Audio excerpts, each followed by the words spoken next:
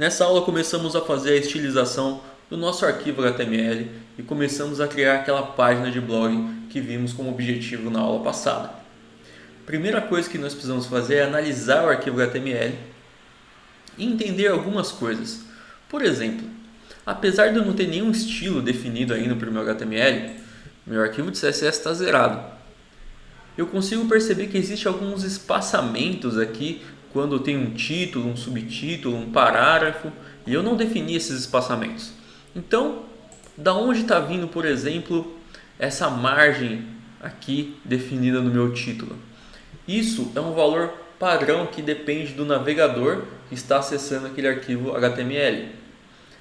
Só que isso não é muito interessante para a gente, porque eu quero ter o controle, quero saber que a minha página HTML vai ser igual, independente do navegador que a pessoa está utilizando para ver. Então, como a gente consegue resolver esse primeiro problema? Eu quero zerar as propriedades de margem e de pending que vêm definidas pelo navegador para que eu possa ter o controle absoluto disso todo no meu CSS, todo na minha estilização. Como essa é uma alteração que eu gostaria de fazer para todos os elementos, o que a gente pode fazer? Vamos utilizar o seletor global. Utilizando esse seletor global, eu vou alterar as propriedades de todos os objetos. E o que eu quero fazer é alterar aqui a minha margem para 0. Olha como mudou a minha página só nessa alteração. E eu vou alterar também o pending para 0. Agora sim, eu tenho o controle de todas as margens e todos os espaços de pending dos meus objetos. Eu vou definir tudo no meu arquivo CSS. Ok, esse é o primeiro problema que resolvemos. Outra configuração aqui de alto nível que eu quero fazer é a fonte. Então eu quero que a mesma fonte seja utilizada independente do navegador que está acessando a minha página. Eu vou mudar o font family aqui. E existem algumas opções bem conhecidas, mas eu quero usar a Open Sans e quero também definir que a família vai ser sans serif. Olha a mudança que ficou.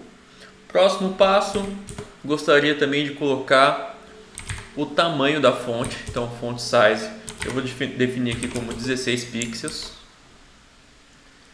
E outra característica importante aqui para a leitura do nosso texto é a altura da linha do texto. Isso vai dar um espaçamento legal aqui entre uma linha e outra. Geralmente eu coloco 1,5. Olha só. Então aqui já fica um pouco melhor para eu visualizar o meu texto e conseguir ler com esse espaçamento aqui bacana. Próximo passo é a cor do texto. Olha, geralmente eu coloco uma cor um pouco mais fácil de ler, um pouco mais tranquila. Então eu altero aqui a cor, fica um preto um pouco mais fosco, né? Mais tranquilo para a gente ler, e a gente sabe que todos os navegadores vão estar renderizando o nosso arquivo usando a mesma cor.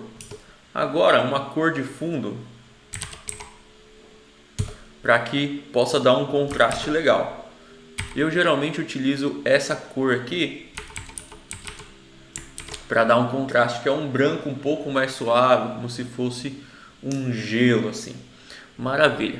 Agora a gente já tem aqui algumas definições de alto nível que já deixaram o nosso site aqui com outra cara, né? Ficou muito mais fácil de ler, muito mais organizado, e a gente sabe que todos os navegadores vão estar utilizando a mesma estilização. Na próxima aula a gente começa a alterar o header aqui para ficar com aquele destaque legal. Então, nos vemos na próxima aula.